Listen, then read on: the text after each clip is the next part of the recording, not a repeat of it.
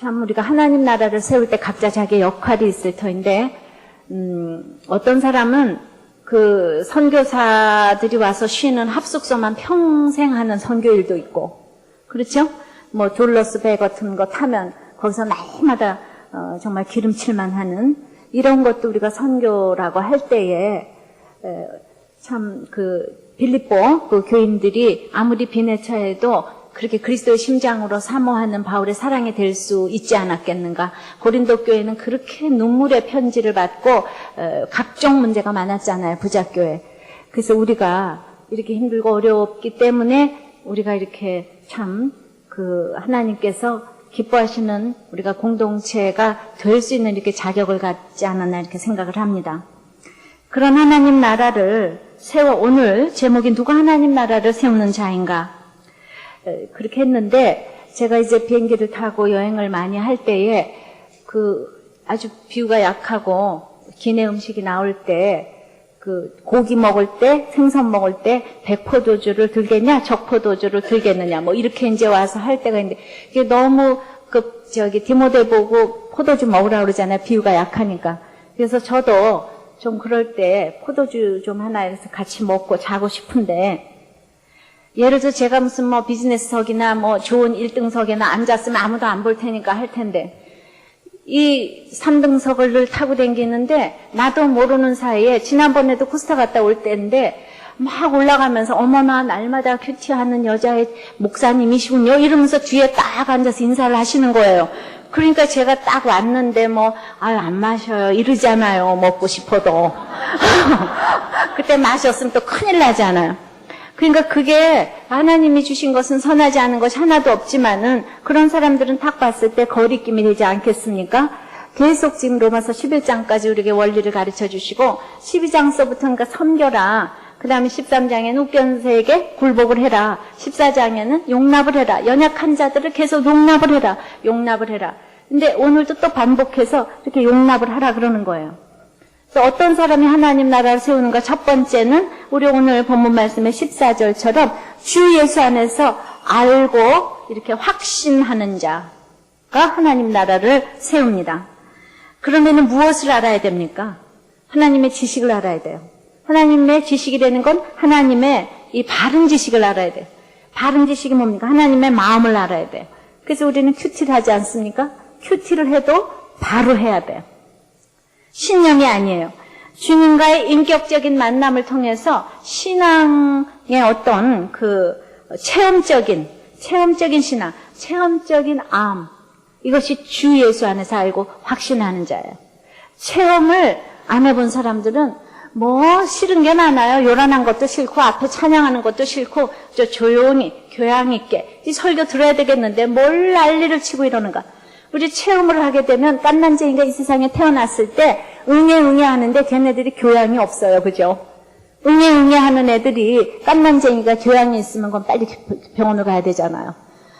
그러는 것처럼 우리는 신념은 아니고 참 이런 올바른 지식을 가지고 오늘 하나님께서 13절서부터 말씀하시는 것이 13절 다 같이 읽어보겠습니다. 시작. 그런즉 우리가 다시는 서로 판단하지 말고 도리어 부딪힐 것이나 거칠 것으로 형제 앞에 두지 아니할 것을 주의하라. 알고 확신하는 것은 어떤 것? 서로 판단하지 않는 지식. 그리고 이 부딪힐 것, 거칠 것, 이 장애물을 두지 않는 지식. 이런 것들을 또 오늘 주의하라 명령을 합니다.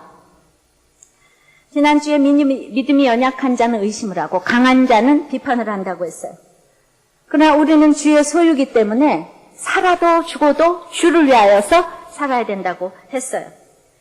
그런데 내가 자꾸 주의하지 않는, 여기 오늘 주의하라, 판단을 하려면 주의하라 그랬는데 주의하지 않는 판단이 그냥 나오는 거예요. 애들이고 남편이고. 주의하지 않는 판단을 이렇게 찾고 하니까 장애물에 걸려서 그렇게 찾고 넘어지지 않습니까? 내가 어른인데 아이를 데리고 그렇게 찾고 걸어가면 내 보폭으로 걸어가는데 아이는 따라가다가 자꾸 넘어지지 않습니까? 그거는 잘못이 아니라 내가 지금 데리고 가는 게 잘못인 거지요. 그러니까 그 아이에 맞춰서 천천히 가야 되죠. 신앙도 마찬가지 아닙니까? 천천히 가야지 되는데 그 부딪히는 것은 내가 의도하지 않는데 어떤 그 잡담을 통해서도 나는 의도하지 않았지만은 사람들이 그 어떤 부딪히는 거죠. 그런데 거치는 것은 의도적으로 장애물이 되는 행동이에요. 내가 의도적으로. 뭐 어떤 게 있겠어요? 내가 의도하지 않았는데 우리 김철호 목사님이 우리 집에 와서 이렇게 회의를 하는데 가장 먹고 싶은 음식이 라면이라고 그래요. 그러니까 이제 본인은 우리 사모님이 계셔서 밥을 잘해주니까 가장 먹고 싶은 음식이 라면이겠죠? 그러니까 이제 라면을 집에서 못 먹게 하니까. 저같이 혼자 사는 사람은 그 말을 들으면 상처를 받는다 이거예요. 네? 난 날마다 라면 그냥 막 바빠 죽겠어 라면도 못 먹겠는데 가장 먹고 싶은 음식이 라면이라고 하니까 이것도 장애물이 되는 행동이다 이 말이죠. 나는 다들 아이들 잘 키우느라고 라면 안 줘요. 그래서 저기 아이들 앞에 나가 학교 가가지고 나는 제일 먹고 싶은 음식이 라면. 그런데 이렇게 결성가정 아이들이 라면만 먹고 사는데 그 친구가 나는 제일 먹고 싶은 음식이 라면 하면 걸려 넘어지는 거죠. 두 번 다시 안 보는 거예요. 그러니까 그런 것들을 우리는 부부간에 살아도 각자의 문화가 다르기 때문에 너무 예민하게 생각을 해줘야 되거든요. 그렇지 않아요? 제가 날마다 말하는 거 그 감자 얘기 오늘 안 하겠지만은 서로 문화가 다르는데 그 문화가 다른 것을 그렇게 찾고 멸시하고 무시하고 우리 집 문화는 대단한 것처럼 그렇게 여기면은 안 된다는 거죠. 그럼에도 이렇게 지난번에도 비판하지 말라고 그랬는데 계속 판단 얘기가 나오는 것은 인생이 하느님 판단이기 때문에 특히 자녀에 대한 판단으로 여러분들은 다 날밤을 밝히고 있어요. 그래서 열받지 않고 10대 자녀와 싸우는 법 뭐 이런 거를 썼어요. 누가 루이스 펠튼 트레이시가. 그래서 부모들이 하지 않아야 될 8가지 법칙 중에서 정말 자녀들 앞에서 먼저 판단하지 말라는 거예요. 아이 스스로 문제를 해결해 가는 과정을 좀 지켜보라. 또 먼저 비판하지 말라. 자녀 의견을 좀 충분히 들어보랍니다. 먼저 열받지 말래요. 부모가 감정적이면 아이들도 또 감정적이 돼가요. 미리 준비하지 말랍니다. 그냥 놔두고 아이가 멋지게 좀 문제를 풀도록. 또 먼저 좀 물어보지 좀 말라. 우리나 좀 물어보느라, 오늘 시험, 그냥 몇 점 받았니? 몇 점 받았니까진 좋은데, 100점 맞았어. 그러는데, 100점 받은 것까진 좋은데, 네 친구는 100점. 그러면 갑자기 기분이 나빠지는 거예요. 아유, 걔가 100점 맞았는데, 네가 100점 맞은 거 뭐가 좋아? 요새는 그래서 자녀들에게 물어보는 게 아니라, 부모들에게 물어보는 게 아니라, 다 자녀들에게 물어보고 사는 인생이에요. 그래서 외식도 하려면 다 자녀들에게 물어봐요. 시간 있니? 없다 그러면 제가 없대. 할머니, 할아버지 다 상관이 없어요. 애가 시험이고 애가 간다 그러면 여보 우리 외식 갑시다. 애들한테 물어보면 안 돼 이러면 제가 시간이 없대. 우리도 가만히 있자고. 이렇게 된다고요. 하여튼 자녀들에게 이렇게 먼저 좀 물어봐야 될 것이 있고 안 물어봐야 될 것이 있는데 또 미리 걱정하지 마요. 부모는 믿어줄 때 책임을 다한답니다. 먼저 단정 짓지 말래요. 언쟁만 생긴답니다. 항상 아이가 성장했다는 것을 우리는 잊어요. 독립적인 인격 체임을 기억해야 하는데. 근데 이렇게 판단할 때 걸려 넘어지는 거. 다 태산을 보고는 안 넘어져도 다 돌뿌리에 걸려 넘어진다 말입니다. 그래서 그 모든 판단은 이렇게 말로 할 때가 많기 때문에 이 한마디 말이 치명적이 될 수가 있는 거예요. 어떤 직원이 실수를 했어요. 그래서 상사한테 가서 손이 발휘되도록 빌었어요. 다시는 안 그러겠습니다. 용서해 주세요. 저의 잘못입니다. 부덕의 소치입니다. 블랄랄라. 그래서 이제 너무 비니까 상사가 알았다고. 다시는 그러지 말라고. 가서 일 잘하라고. 그래서 이제 한숨을 내딛고 딱 나왔는데 뒤를 딱 돌아다보는 순간 젠장 나만 그랬나? 응? 재수 없어. 이렇게 딱 하는데 그 상사가 자기도 볼 일이 있어서 나왔다가 뒤통수에서 그 얘기를 들었어요. 당장 회고. 한마디 말. 그게 사실 한마디 말이겠습니까? 한마디 말. 한마디 말 때문에 이렇게 성공을 하고 또 실패를 하기도 해요. 최불암 씨는 너무 실패만 하다가 연극이 하고 싶었는데 그것도 안 되고 자기는 뭐 해도 못 되고 그랬는데 뭐 군대 시절에 노역이라면 최불암을 따라갈 사람이 있겠냐? 젊었을 때부터 그 얘기 한마디에 인생이 걸렸어요. 그분은 어렸을 때부터 노역했잖아요. 그렇잖아? 한마디 말. 자, 이런 판단과 분별의 차이가 뭐겠습니까? 사랑이죠. 판단과 분별은 똑같은 것 같은데 그 안에 사랑이 있다고 그랬어요. 이번 주간에 어떤 장애물을 두셨어요? 어떤 장애물을 형제 앞에 두셨어요? 어떤 부딪힘과 거침돌을 주셨어요? 그리고 무엇을 판단하셨습니까? 이렇게 강조하는 건 중요하기 때문에 있는데 그 안도현이란 분이 나는 너에게 묻는다 뭐 이런 시를 통해서 연탄재 함부로 차지 마라. 너는 누구에게 한 번이라도 뜨거웠던 사람이냐? 지금은 비록 하얗게 재가 됐지만은 나는 그래도 왕년에 뜨거운 불이 있었던 사람이다. 함부로 나 차지 마. 이걸. 누구도 우리는 판단할 수가 없다고 생각을 해요. 자, 아까 판단하지 말고 장애물이 되지 말고 세 번째는 스스로 속된 것이 없는 지식을 알아야 됩니다. 14절 후반부에 무엇이든지 스스로 속된 것이 없을 때 다만 속되게 여기는 그 사람에게는 속되니라. 이 세상 만물은 하나님이 지으셨기에 스스로 속된 것이 없어요. 자, 암이 걸려도 속되지 않습니다. 우리는 내 부모가 아무리 형편없어도 속되지 않아요. 더군다나 음식, 속된 거 아무것도 없습니다. 하나님이 지으신 것이 어떻게 감히 속되겠습니까? 그런데 지난주에도 식물 얘기를 했어요. 그래서 오늘도 15절에도 만일 내 식물을 인하여 내 형제가 근심하게 되면 이는 내가 사랑으로 행치 아니함이라 그리스도께서 대신하여 죽으신 형제를 내 식물로 많게 하지 말라. 20절에도 식물을 인하여 하나님의 사업을 무너지게 말라 만물이 다 정하되 이렇게 나왔어요. 식물을 인하여 근심 안 되는 게 뭐예요? 형제를 근심하게 해서 망하게 한다는 말은 뭡니까? 하나님의 사업을 무너지게 한다는 말은 뭡니까? 이 근심은요, 상처를 입었다는 뜻이거든요. 내가 사랑해야 할 내 앞에 형제가 나 때문에 상처를 입었다는 것은 내가 그 사랑 없이 행동을 했다는 거예요. 먹는 거는 작은 일이에요. 이래도 저래도 다 좋은 일이에요. 그런데 내가 먹어서 천하보다도 귀한 영혼을 지금 망하게 했다는 거예요. 내가 먹었기 때문에. 그 사실이에요. 넌 왜 상처받아? 아니 나 때문에 지금 망했다는데 어떻게 해요? 그래서 하나님의 사업은 식물같이 연약하지만은 이 작은 일부터 시작이 됩니다. 작은 일 뭡니까? 그러니까 지금 뭐 주차, 청소 이 작은 일부터 시작이 돼요. 우리들 교회가 이제 세상이 다 없어졌어요. 그러면은 이제 믿음 좋으신 분들은 다 이쪽부터 와서 좀 앉기 시작하세요. 요다음 주에서부터 좀 실천을 하세요. 왜냐하면 늦게 오시는 분들은 차마 여기를 가로질러서 여기를 못 와서 앉아요. 그러니까 일찍 오시는 분들이 그러니까 이런 것들이 작은 일이에요. 작은 일인데 내가 교회도 가보면은 맨 가세행에 앉아서 좀 들어오라 그러면 안 비켜. 그러고 들어가 이러는 거 있죠? 아시죠? 왜 빨리 도망갈 생각들을 하는지.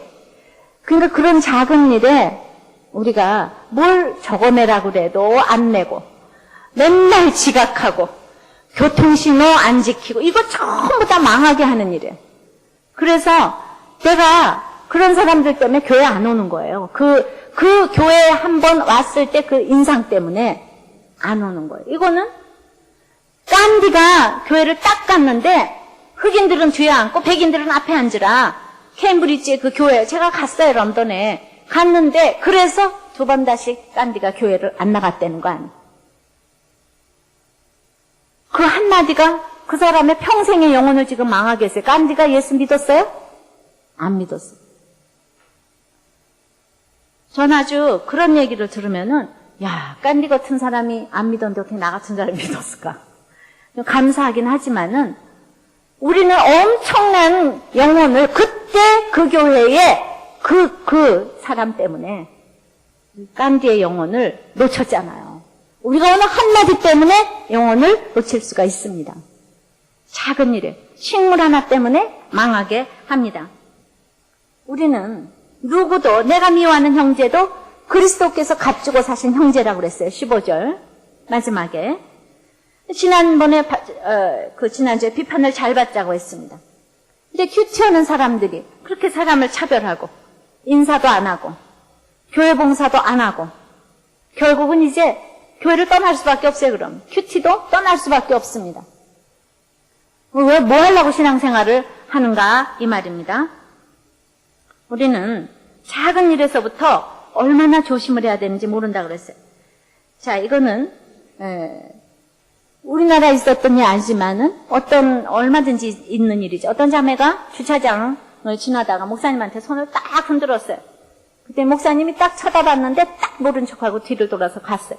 이 자매 너무 상처받았어요. 목사님이 날 미워하는구나. 싫어한다고 생각을 했어요. 그래서 그 얘기를 돌아 들었어요, 목사님이. 그래서 목사님 맨 처음에 생각한 거는 내가 이 큰 교회에서 이렇게 신경 쓰다가 내가 죽지. 상처 받으려면 받으려지, 어떡하나.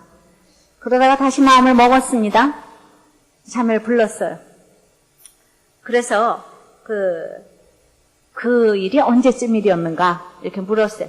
자매는 너무나도 날짜와 시간을 정확하게 기억하면서 몇 월 며칠 몇 시에 목사님이 어떤 주차장에서 흔들었는데 날 딱 아주 이렇게 쳐다보더니 딱 갔다. 그래서 가만히 생각해 보니까 그날이 외부 집회 가서 교회에 없었던 날에 목사님이. 근데 이 자매가 다른 사람을 본 거예요.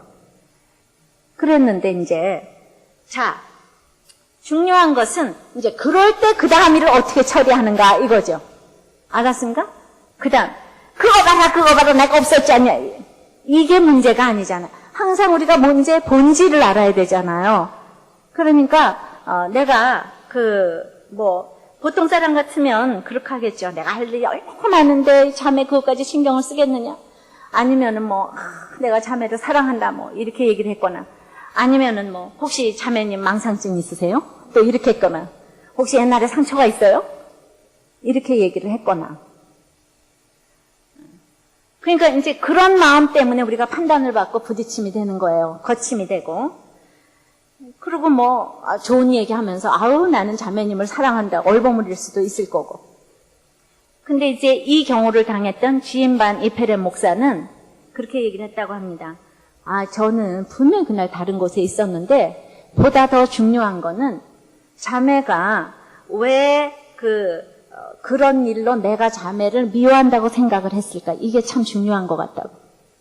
그 부분을 좀 나하고 좀 나눠봤으면 좋겠다고. 그렇게 얘기를 하니까 그 자매가 상처받은 것에 대해서 인정을 한 거잖아요. 그리고 그 마음이 생기게 된 그 동기에 대해서 지금 물어봤잖아요. 마음속에. 그러면서 얼마나 이 목사가 자기가 아직도 친절하지 못하고 민감하지 못한 것에 대해서 깨달음을 주셨다는 거죠. 얘기하는 과정에서. 저는 가장 중요한 것은 항상 누구나 우리는 다 예수 안에서 구원받아야 될 존재예요. 온전치가 못해요. 목사도 온전치 못해요. 그러나 어떤 사건이 일어났을 때 진실을 듣기 원하는 태도를 가진다면 그 자매도 치료를 해주시고 목사도 만져주시죠, 하나님이. 그래서 언제나 중요한 것은 옳고 그르고가 아니라 진실을 알기 원하셔야 되는 거예요. 진실을 듣기 원하셔야 돼요. 어떠한 태도에서도. 그러면은 안 되는 건 안 되는 거대로 또 회개하고, 그런 것이 이렇게 작은 일서부터 정말 처리하는 것이 아닌가. 교회의 갈등은 다 이런 것부터 시작이 돼요. 그냥 너무 매달려도 안 되고 너무 무시해도 안 되고. 그래서 이거를 말씀으로 날마다 하나님, 이 일을 내가 처리를 해야 되겠습니까? 내가 어떤 집사님을 물어봐야 되겠습니까? 물어봐야 될 것이 있고 물어보지 않아야 될 것이 있는데, 이게 아주 델리케이트하잖아요.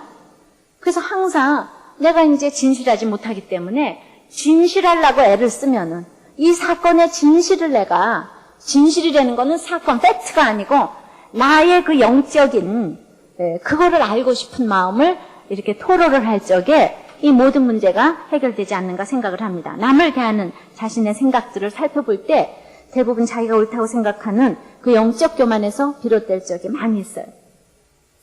그래서 한승원 변호사라는 사람이 이런 얘기를 했어요. 유머의 비결은 겸손이다. 그러니까 겸손하지 못한 사람은 절대로 유머러스 할 수가 없다는 거예요. 왜냐하면 우선 겸손하다는 건 내가 남보다 못하다. 여기에서부터 출발이 돼야 되는데 남을 유쾌하게 웃게 하는 사람들이 교만하고서야 어떻게 남을 웃게 할 수가 있겠습니까? 우리가 망가져야지 남들이 웃지 않겠어요? 그냥 교만한 사람들이 어떻게 망가지겠어요? 그러니까 그건 세상 사람이 한 얘기 한승현 변호사가 믿는지 안 믿는지 모르지만은 세상 원리하고 비슷한 것도 참 많이 있어요. 그렇기 때문에 내가 아무리 봉사를 해도 16절처럼 선한 것이 이렇게 비방을 받을 수도 있다는 거예요. 나 자유 얻었네, 너 자유 얻었네, 우리 자유 얻었네. 그러면 얼마나 좋겠습니까? 근데 나 자유 얻었네, 너 상처 얻었네, 우리 상처 모두 얻었네. 이렇게 되는 수가 너무 많단 말이에요. 그러니까 내가 주 안에서 누린 자유 때문에 내가 연약한 이웃을 실족시킨다면은, 자, 어떤 사람이 여기 영접 시간에 딱 내가 영접하세요 그러는데 그냥 어떤 분이 눈을 딱 뜨고 봤더니 그냥 운영위원들이 다 눈을 뜨고 있었어. 이 사람 너무 상처받았어. 어떻게 눈을 뜨고 있냐 기도 시간에. 그러면서 교회를 떠나버렸어요. 자기는 그렇게 기도 시간에 눈을 뜨고 있는 그 운영위원들을 보니까 도무지 경건치 못했어. 근데 결국은 자기도 지금 눈을 뜨고 있는 거 아니에요? 그렇게 사람이 자기를 못 봐요. 자, 한 손가락으로 남을 이렇게 지적을 할 때 세 손가락은 자기를 향하고 있잖아요. 근데 그런 것 때문에 떠나는 사람들이 많이 있어요, 진짜. 아무것도 아닌 것들. 그런데 그 사람을 욕할 게 아니란 말이에요. 그 사람은 운영위원이 눈 뜬 것 때문이 아니라 이 마음 속에서 지금 해결되지 않는 부분들이 있기 때문에 그 동기가 그렇게 표출된 거죠. 하나님은 사람을 세우시기 위해서 끊임없이 이렇게 노력을 하시고 애를 쓰시는데 나는 내가 누리기 위해서 이 작은 일도 양보를 못하는 거예요. 조그만 불편도 싫은 거예요. 나 혼자 하나님과의 관계만 바로 하면 돼. 큰 교회 가서 다 칸막이 해놓고 그래서 나하고 하나님하고 기도하고 그다음에 옆에는 다 싫어. 이렇게 칸막이 딱 돼 있고 그래서 예배 보자마자 싹 나가는 거죠.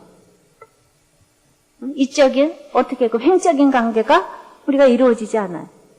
계속해서 빌립보서도 그렇고 나보다는 우리라는 공동체가 형성이 되지 않으면 아무것도 안 돼. 양보를 못합니다.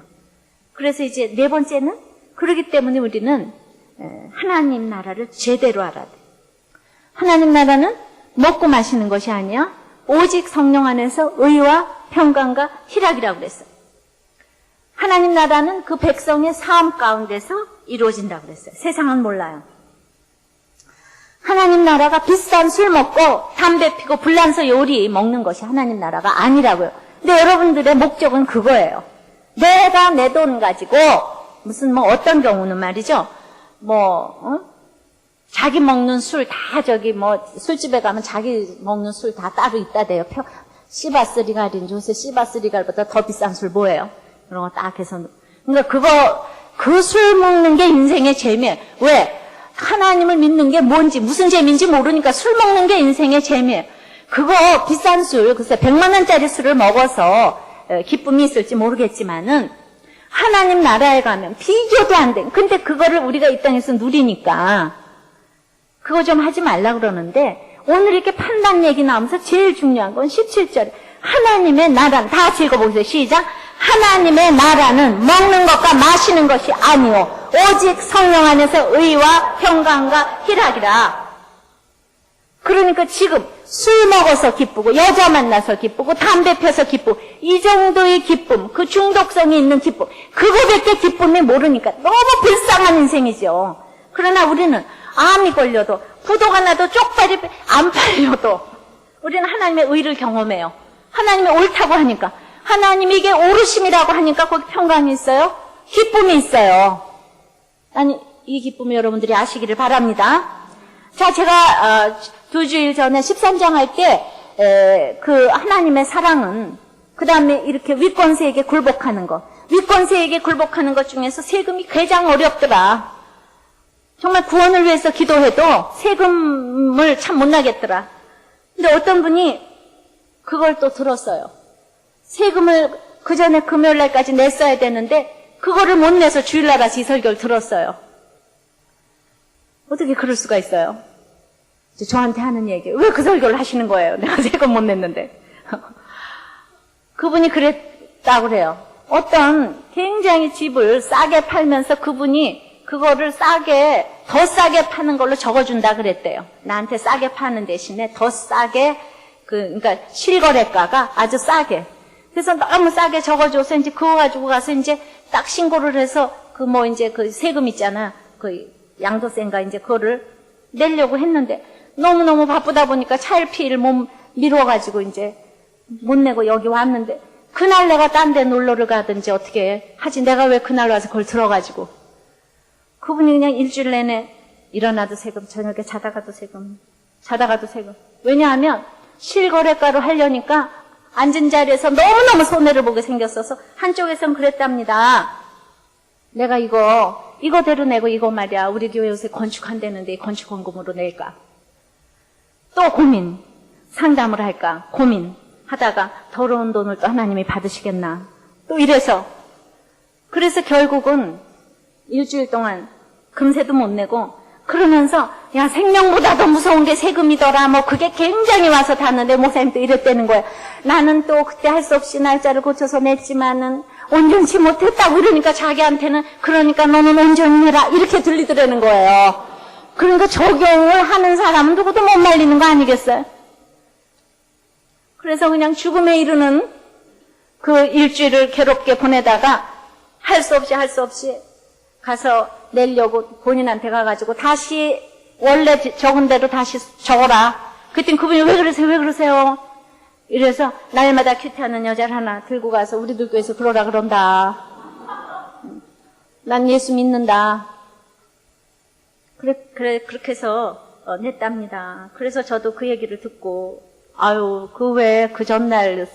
그 전날 좀 내고 오지. 우리들 교회 손해봤네. 왜냐하면 난 설교만 하고 적용은 이제 또 안 하잖아요. 그죠? 전 설교만 하면 되잖아요. 그죠? 모르죠. 그죠? 제가 얼마나 무섭겠어요. 이렇게 설교를 하시는데 적용을 이렇게 무섭게 하시는 분들이 계시기 때문에 너무 실감났다 그래요. 죽는 것보다 세금 내는 거 어렵다. 이건 너무 실감났다 그래요. 예수 믿는 사람이 이롭게 사는 것은 손해보지 않고는 안 돼요. 누군가 그 일을 할 적에 손해보는 것만큼 하나님 나라가 확장됩니다. 이 시대는 정직하면 못 산다고 다 그래요. 그러나 정직하면 사는 것을 보여주는 일을 그리스도인이 해야 합니다. 그래서 제가 지난 수요일도 얘기했지만은 그 친구 보증을 서서 집 한 칸밖에 없는데 보증을 섰는데 딱 넘어갔어요. 와서 내놓으라. 그래서 내가 갚겠다. 이 집을 팔아서 갚겠다. 근데 갚을 때까지 기다려달라. 너무 놀라서 아니 집 한 칸밖에 없는데 어떻게 팔아서 갚냐. 나는 예수 믿는 사람이다. 예수 믿는 사람은 두 말을 안 한다. 여러분들 예수 믿는 사람은 두 말을 안 한다. 다 같이 한번 복창해 보세요. 시작. 그러실 거예요? 두 말을 안 한다. 아셨어요? 그래가지고 그 사람 집을 팔았잖아요. 팔아가지고는 친구 빚을 딱 갚아주고는 그 다음에는 그 짜투리 돈 가지고 그때 집이 세금정이래요. 세금정에 집을 팔아가지고는 빚 다 갚아주고 그 나머지 돈 가지고 변두리 찾아간 데가 어딘가 하면 서초동에 리버사이트 호텔 있는 데래요. 거기다가 짜투리 땅을 이제 사놓고는 나중에 집을 지었는데 지금은 몇 배인지 내가 말하지 않아도 아시겠죠? 그 당시 상상을 못 하는데 집을 세 채를 사고도 더 돈이 남는데 지금은 더 올라갔겠죠. 하나님은 어떤 사람이 부도를 맞았어요. 그래서 또 자기가 부도를 냈어요. 감옥을 가서 다 청산을 했어요, 몸으로. 그랬는데도 나와서 이 사람이 도의적인 책임을 져야 되겠다고 그래서 평생 말할 수 없는 액수를 빚을 졌지만은 이것을 갚았다고 그래요. 그래서 평생 작은 집에 살고 평생 조그만 차를 타고 다니는데 아니 그렇게 부자인데 왜? 그래서 나는 그렇게 얘기를 했답니다. 나는 빚 갚는 재미로 산다고. 아주 이 재미가 쏠쏠해요. 또, 야, 빚 갚는 재미가 쏠쏠해요. 다 시작, 복창. 빚 갚는 재미가 쏠쏠해.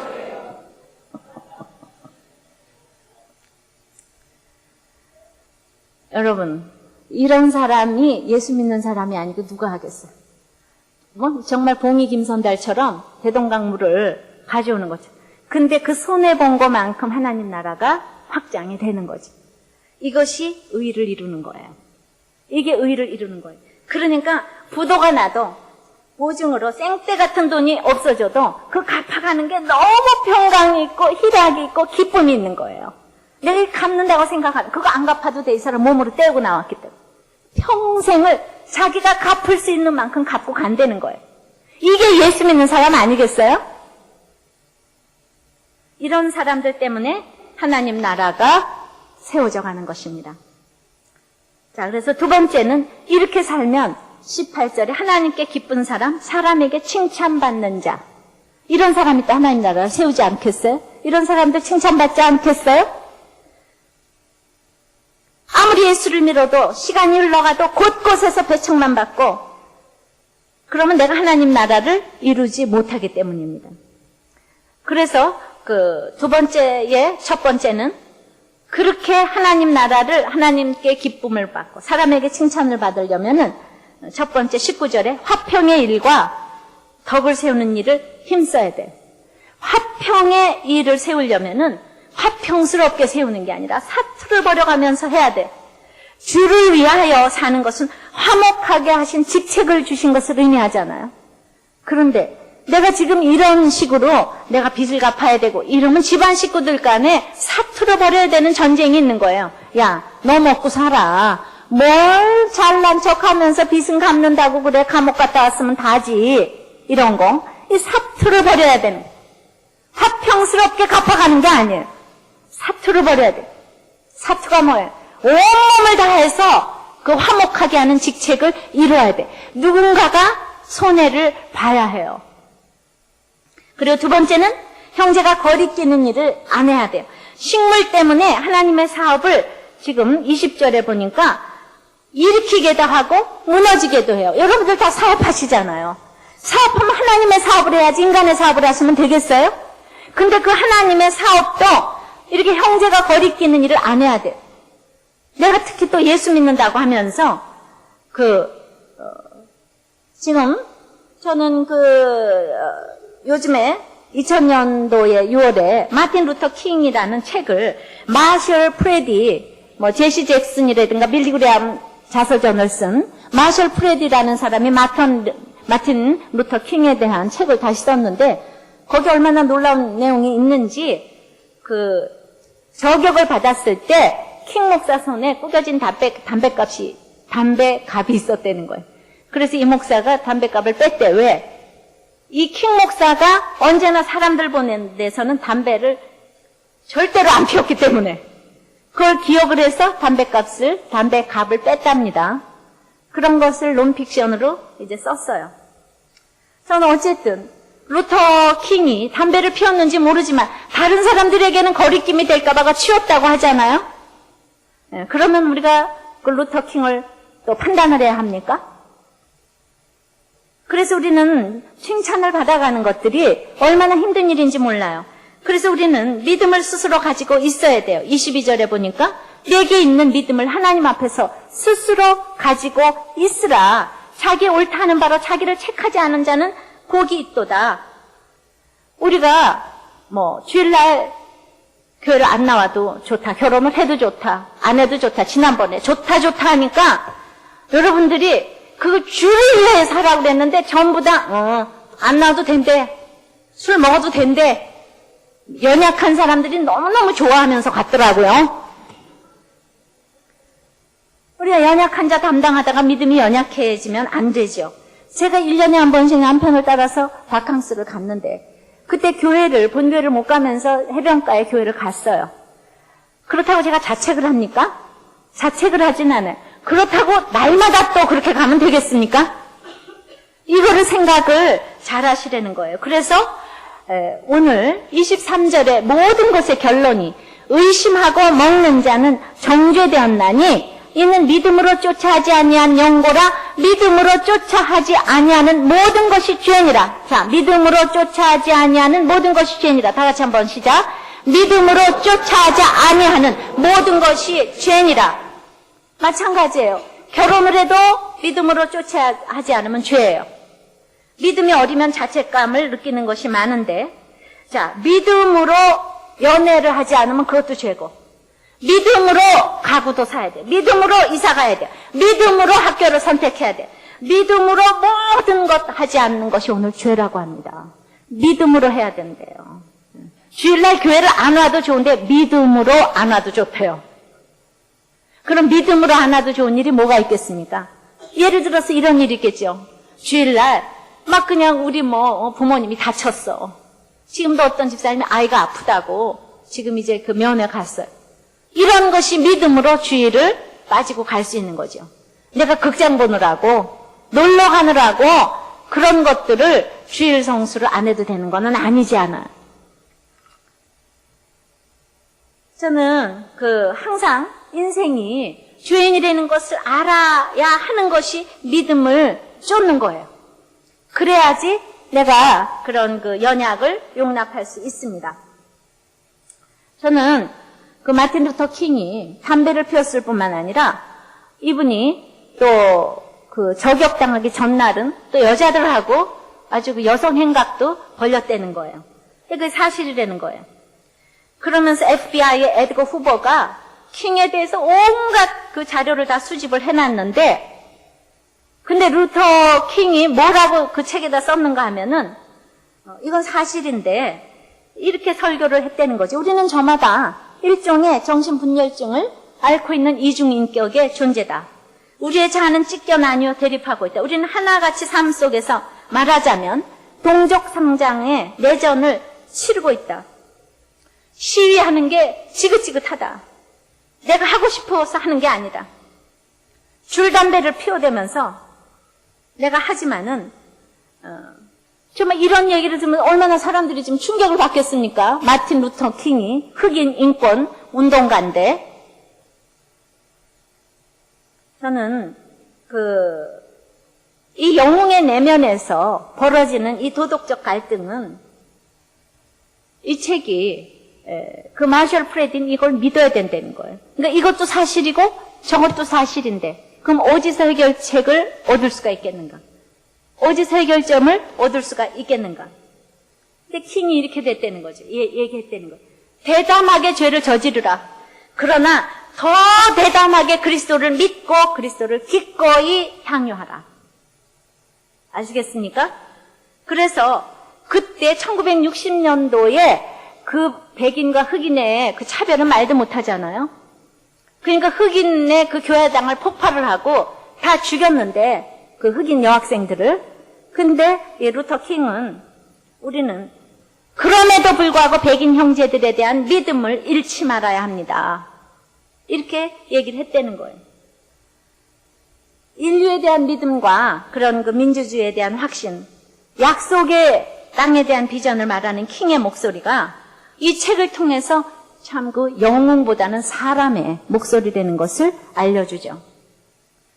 킹이 발견한 것은 자신도 사람이고 백인들도 사람이라는 거예요. 사람은 죄인이라는 거예요. 그러니까 나약하든 강인하든 자신이 100% 죄인이라는 것을 인정하는 사람의 존엄을요 훼손할 수 있는 도구는 이 세상에 아무것도 없어요. 인간이 가장 존엄할 때가 언젠가 하면 자기가 100% 죄인이라는 걸 인정할 때.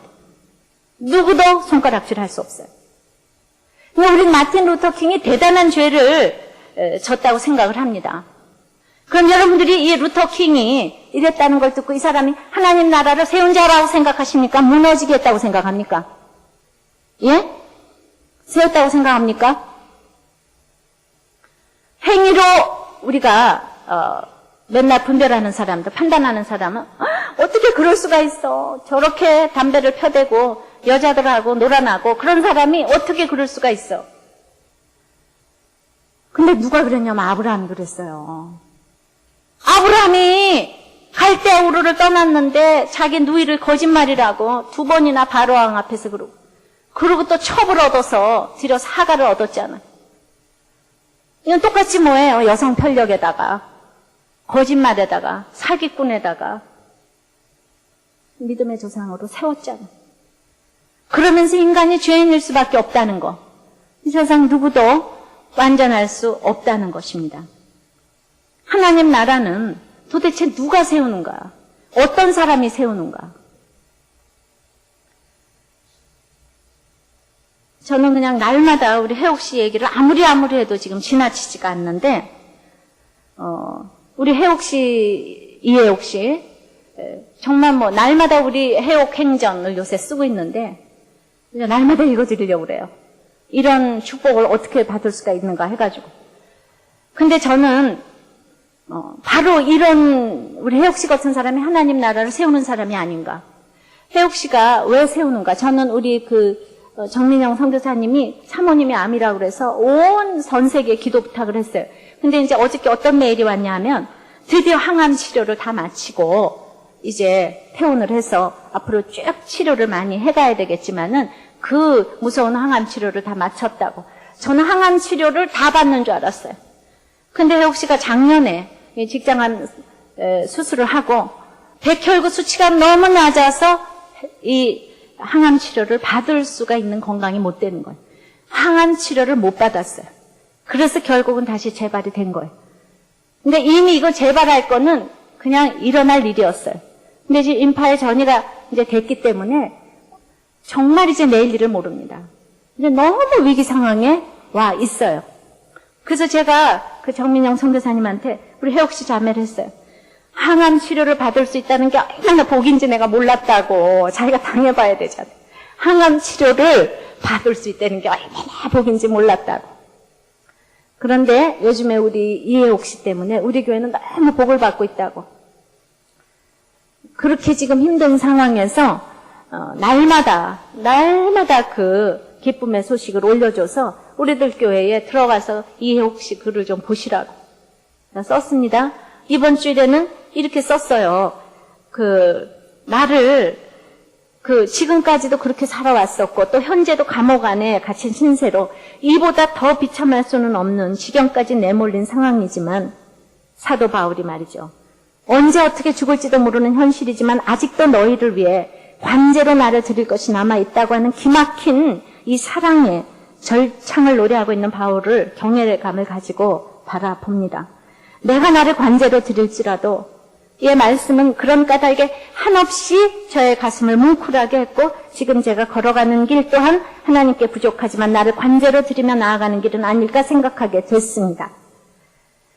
누차 말씀드려도 모자란 지난날의 제 삶은 지금도 마찬가지지만 형편없었던 저의 믿음의 재물과 봉사처럼 수준 미달의 인생이었습니다. 그러나 오고 가다 만난 수많은 사람들이 저를 위해 순간순간 관제로 자신의 몸을 희생하여 주셨던 분들이 계셨기에 이렇게나마 제가 살아올 수 있지 않았나 싶습니다. 지금도 그분들은 제 곁에서 기도의 관제, 말씀의 관제, 공개의 관제 안아주시고 울어주시고 흘려주시는 눈물방울들이 제 가슴에 얼마나 많은 기쁨을 솟아나게 하여 주시는지. 그러므로 깨닫습니다. 관제로 나를 드린다는 것이 무엇인지. 나의 수치와 부끄러움을 있는 그대로 드러내는 것임을. 그리고 채우고 꾸미고 치장하며 가는 길이 아니라 헐벗고 비워내고 맨몸으로 걸어가는 길임을. 참으로 사랑하기 때문에 이제 치장한 모습만 보여주는 것이 아니라 연약하고 부족한 것조차도 부끄러워하지 아니하고 보여주고 그래서 나에 대해 더 많은 것을 함께 공유하기를 원하는 것처럼 헐벗고 매맞고 투옥되고 조롱되고 파선되어 죽을 고비를 수없이 넘겼던 모든 인생 역정을 숨김없이 지체들과 함께 나누었던 바울처럼 예수님처럼 말입니다. 지난 날들은 다 접어두고서라도 오늘부터 남은 날 동안은 제가 달려야 할 다름질과 수고가 하나님의 말씀으로 밝혀져 주님 만나게 되는 그날엔 지금과 같은 미라 일말의 후회 없이 자랑할 것만 있었으면 좋겠습니다. 그것을 위해 제가 드려야 할 관제를 끝까지 한 방울도 남김없이 쏟아 부을 수 있도록 기도를 부탁드립니다. 아멘. 저는 우리 혜옥 씨를 그냥 너무 아까워서 여러분들 혜옥 씨를 보는 것이 너무 영광이기 때문에 혜옥 씨 그 자리에서 좀 일어나 봐요. 얼마나 다들 다 이렇게 얼굴을 봐둬야 돼. 사진 찍어둬야 돼. 자, 일어나. 예. 수요일 날에는 그냥 내가 갑자기 일어나라 그랬더니 오늘은 그래도 예쁘게 하고 왔어. 화장도 하고. 자, 이 얼굴을 한 바퀴 돌려서 보여줘요. 혜옥 씨. 예. 다 은혜 받으시기 바래요. 예. 어떤 자매는 나는 혜옥 씨처럼 평생에 못 뛰는데 그다음 마지막까지 암도 몰려가지고 암도 안 걸려가지고 똑같은 처녀인데 왜 저 사람은 저렇게 튀고 나는 평생 못 튀냐 이러면서 저한테 와가지고 정말 저런 역할을 하는 것을 이렇게 우리는 부러워하는 우리들 교회가 얼마나 그 혜옥 씨에게 사랑의 빚을 지고 있는지 모르겠습니다. 여러분들 지금 판단할 때가 아니에요. 내가 분별할 때가 아니에요. 우리 김선일 씨에 대해서 어떻게 그렇게 순교도 못하고 그러고 왔냐. 사람들이 이렇게 저렇게 말이 많지만은 그 사람은 그래도 우리 다 못하는 거 선교의 마음을 가지고 갔잖아요. 그래서 맨 마지막에 살려달라고 난 정말 죽고 싶지 않다고 그렇게 가서 우리가 이렇게 지금 손가락질 하잖아요. 그런데 하나님이 천국에 갔는데 김선일 씨 보고 뭐라 그럴 것 같아요. 야, 이 녀석아, 그래도 그 말 한마디 하고 오지. 그러면서 야단쳤을 것 같아요. 전 하나님이 김선일 씨를 바라보면서 얼마나 무서웠냐. 내가 널 보고 있었다. 이렇게 말할 것 같아요. 우리가 이렇게 하지 못할 것들이 너무 많이 있거든요. 그래서 저는 루터 킹도 우리가 잘나서 천국 가는 사람이 어디 있겠어요. 하나님의 공로로 가는 것이지. 그래서 말씀을 이제 맺습니다. 우리 하나님 나라를 세우기 위해서 참으로 하나님 나라의 바른 지식을 알고 확신해야 해요. 그것은 단단하지 아니하고 장애물이 되지 않는 것입니다. 스스로 속된 것이 없다는 것을 알아야 돼요. 하나님 나라는 먹고 마시는 것이 아니에요. 오직 성령 안에서 의와 희락과 화평이라고 합니다. 내 삶에서 무조건 하나님이 오르신 거예요.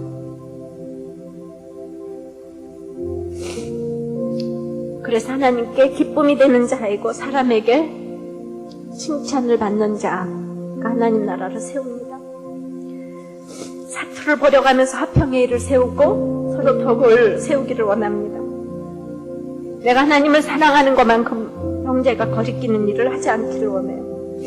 모든 일을 믿음으로 쫓아가기를 원합니다.